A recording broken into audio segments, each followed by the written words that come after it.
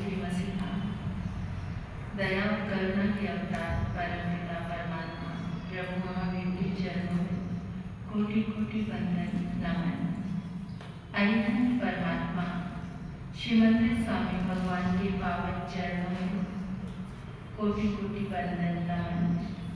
श्री आत्म शिव शमनंदन गुरुवे नमः। परम दयालु परम कृपालु कर्नाटक गज के श्री आराध्य गुरुदेव के पावन चरणों में मेरे अनंत अनंत वंदन। जय सितारे पंजाब पर्वतनी महासती जी पार्वती जी महाराज साहब के चरणों में वंदन नमन। तब काटे पे वरदान देने वाले मम आराध्य गुरुवरिया जी रमेश कुमारी जी महाराज साहब के पावन चरणों में वंदन नमन। 311 उपवास द्वारा जन शासन की अद्भुत प्रभावना करने वाले तपाचार्य गुरुदेव मैया के चरणों में वंदन नमन। मेरे जीवन पर अनंत उपकार करने वाले धर्म का भी वेदांत देने वाले आराध्य गुरुदेव मैया के चरणों में वंदन स्नेही प्रिय छोटी साथियों, गुरु दरबार में आए परमात्मा के गुरुदेव की प्यारी प्यारी भक्तों, हृदय के आंगन में आप सभी का स्वागत करें। अभिनंदन करती हूँ आप सभी की श्रद्धा का, अनुमोदन आप सभी के सुंदर भावों का और बहुत सारा शुक्रिया धन्यवाद आप सभी का। आपने आज के दिन को मंगल में बनाया, अपने आप को पुण्यशाली और भाग्यशाली बनाया इस धर्म आंगन की ऊर्जा से जोड़कर। कल हमारा प्रसंग चला था कि जो हमारे लिए उपकारी है उनको धन्यवाद दो, उनका शुक्रिया अदा करो। Unconditional love. संसार के सभी जीव कंडीशन से किसी को प्यार करते हैं, सभी रिश्तों को देखो ध्यान से, सब में कंडीशंस हैं। लेकिन वो जीव अनकंडीशनल प्रेम लेकर के हमारे सामने खड़े हैं। धरती, पानी, हवा, अग्नि, वनस्पति, इन सब का प्रेम सिर्फ देना देना चाहते हैं। और इंसान इतना भूखा है कि सिर्फ लेना लेना ही चाहता है। और देना भी पड़े तो बदले की भावना रखना है कि सामने वाले से भी मुझे वैसा ही मिले। कल एक बात चली थी कि हम मस्त रहना चाहते हैं लेकिन करते वो काम नहीं करते मस्त रहने का। तो ये साधना है मस्त रहने की, आपके जीवन में बदलाव आएगा। सेकेंड स्टेप मैंने बताया था कि धन्यवाद की शुरुआत अपने घर के आंगन से करें। किससे? इन जीवों को आप इजीली धन्यवाद दे सकते हैं, आराम से। इनको, धरती को आप मैं कहूँगी आप इनको धन्यवाद दो, आपकी पावर बढ़ेगी। सम गिविंग एंड मोर रिसीविंग। थोड़ा सा तुम दोगे और बहुत सारा तुम्हारे पास आएगा। तो ये आप धन्यवाद दे दोगे। लेकिन जो आपके घर में आपके साथ रह रहे हैं, आप उनको कितना धन्यवाद देते हैं? आप अपनी जिंदगी में सबसे ज्यादा धन्यवाद किसको देते हो? सबसे ज्यादा थैंक्स किसको बोलते हो? बताओ, किसको बोलते हो? बाहर वालों को या घर वालों को? बाहर वालों को बोलते हैं। यहाँ तक कि व्हाट्सएप पे किसी का अच्छा सा मैसेज आ जाए तो तुरंत थैंक्स करोगे ना, इतना अच्छा मैसेज भेजा। कितनी जल्दी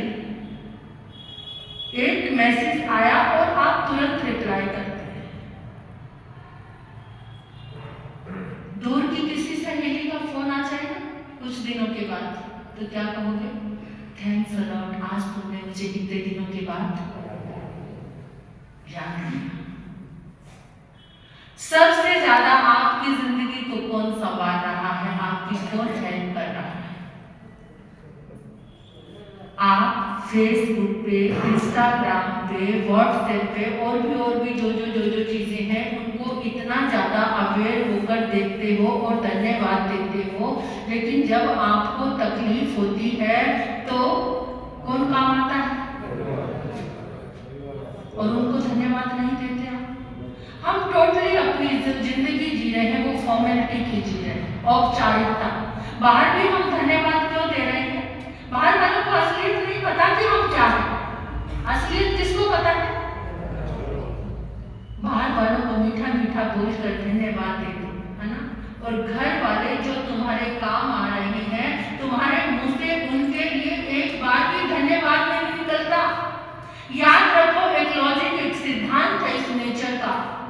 अगर तुम्हारे व्यवहार से तुम्हारे घर के लोग तुमसे प्रसन्न है तो बाहर की जितनी प्रसन्नता है वो तुम्हारे पास आ जाएगी। आज पल्ले से बांध कर लेके जाना है इस बात। तुम्हारे व्यवहार से अगर तुम्हारे घर के लोग दुखी हैं तो बाहर का जितना दुख है वो सारा तुम्हारे पास आ जाएगा। सारा दिन बाहर के दोस्तों से लगे रहते हो, व्हाट्सएप पे, फेसबुक पे, इस पे, लेकिन घर में किसी को तकलीफ है उसको पूछना भी नहीं। घर में किसी को तकलीफ है उसको पूछते भी नहीं, और वो समय समय पर तुम्हारे काम आते हैं, फिर भी तुम उनको पूछते नहीं हो। तो आज कम से कम आपको ये सीख कर जाना है कि अपने आंगन से धन्यवाद की शुरुआत करनी है। आपसे बात पूछती, आप किसी से नाराज हैं? नहीं? आप लोग किसी से नाराज हैं? कोई एक आध व्यक्ति आपकी लाइफ में, आपकी जिंदगी में आप किसी से नाराज होती है? नाराज आज जिससे आप नाराज हो, क्या कुछ समय पहले वो आपके बहुत क्लोज थे? आज जिससे आपकी नाराजगी चल रही है, कुछ समय पहले आप उनके बहुत क्लोज थे, क्योंकि दुश्मनी की यात्रा कहां से चलती है? दोस्ती से।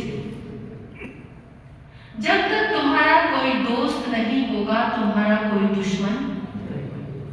परमात्मा को कहते हैं वीतराग आया। क्या कहते हैं? सबसे ज्यादा फसाद क्या है? राग। सबसे ज्यादा परमात्मा को वीत द्वेषाय नमः नहीं कहते, क्योंकि जीता तो उन्होंने द्वेष को भी, लेकिन वीतरागाय नमः कहते हैं। इसका मतलब है कि राग पर विजय पाना बहुत। जब राग खत्म हो जाएगा तो सारे दुश्मन खत्म हो जाएंगे। आज तुम जिससे नाराज होकर बैठे हो, कुछ समय पहले उनके बहुत क्लोज थे, इकट्ठा घूमने जाते थे, सारी बात शेयर करते थे, इकट्ठा खाते थे, और भी बहुत कुछ मिलना जुलना, ये सब चल रहा था।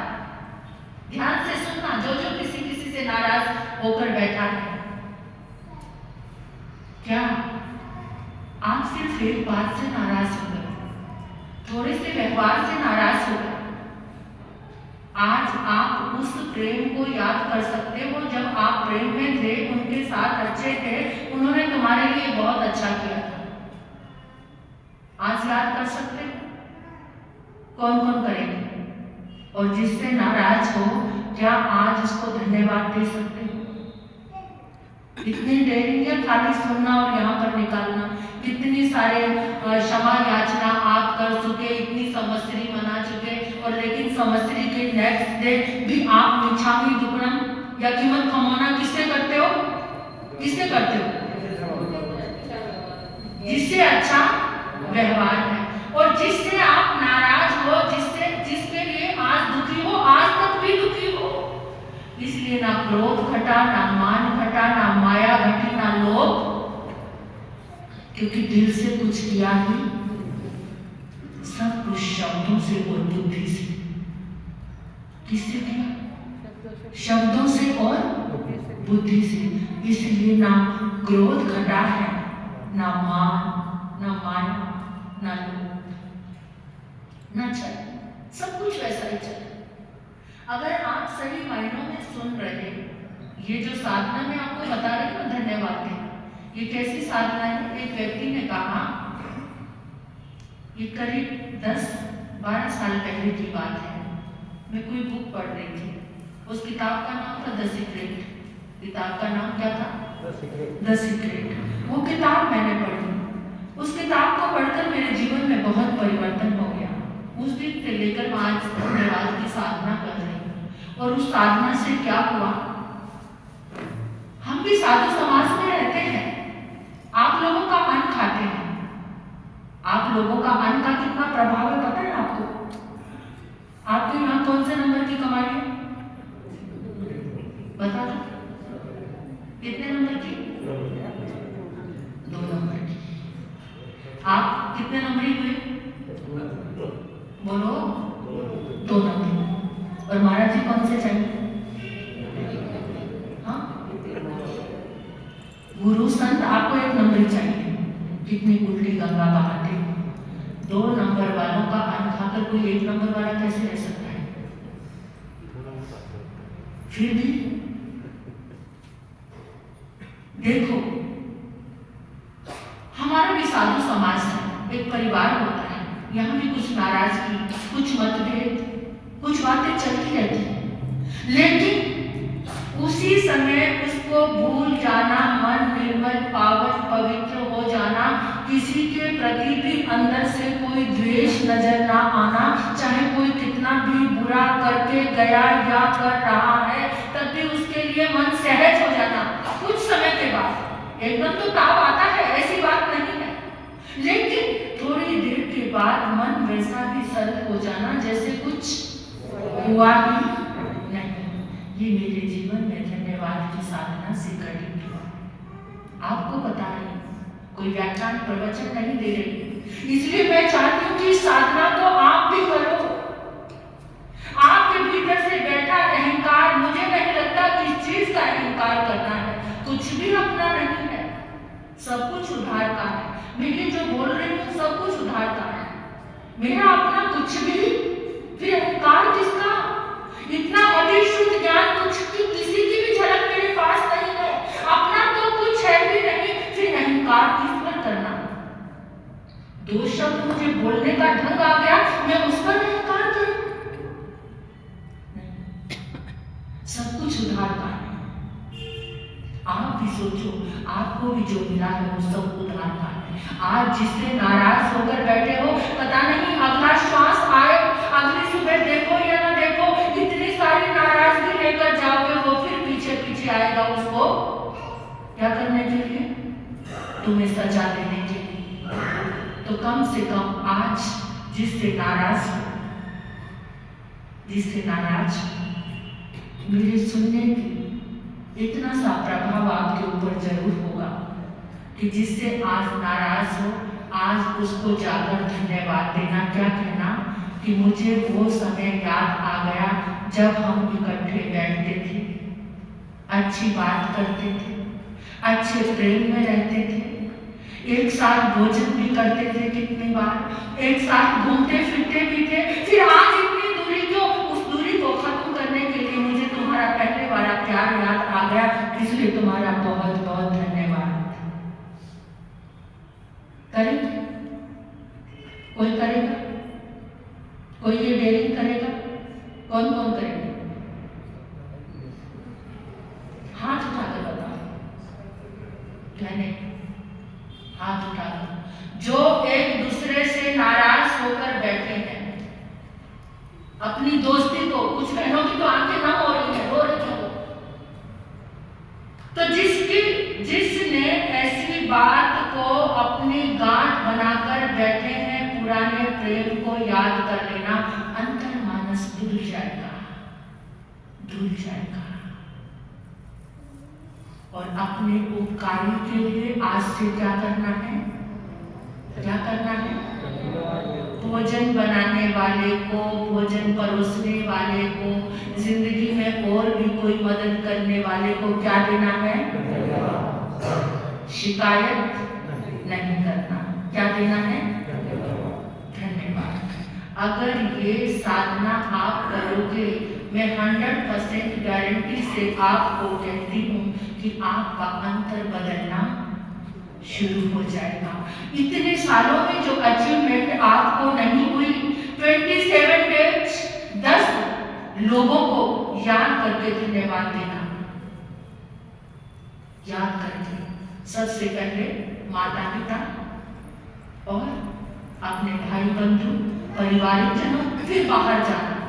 सबसे पहले तो 6 जीव निकाय के जीवों का जो सुबह उठते ही आपके काम आ रहे हैं उनको धन्यवाद देना, फिर अपने माता पिता को, अपने पारिवारिक जनों को धन्यवाद रोज देना। वो प्रतिपल इससे घर में प्रेम का वातावरण बनेगा। अपने सगे संबंधी, अड़ोसी, पड़ोसी जिसने एक गिलास पानी भी आपको दिया उसके लिए भी कृतज्ञता। और ये भगवान महावीर की साधना है, भगवान महावीर की साधना है जिसे कृतज्ञता की साधना कहते हैं। आज के युग का शब्द है धन्यवाद, लेकिन ये कौन सी साधना है? कृतज्ञता की साधना है।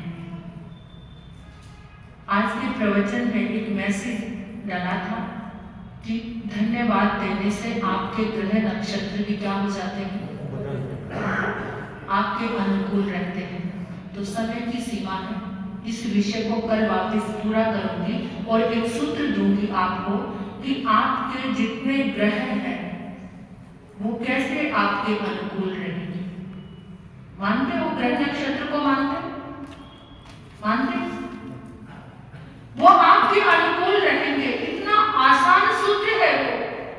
कल उसे लेने के लिए आप आएंगे और गुरु मैया के मुखारविंद से आप श्रवण करेंगे।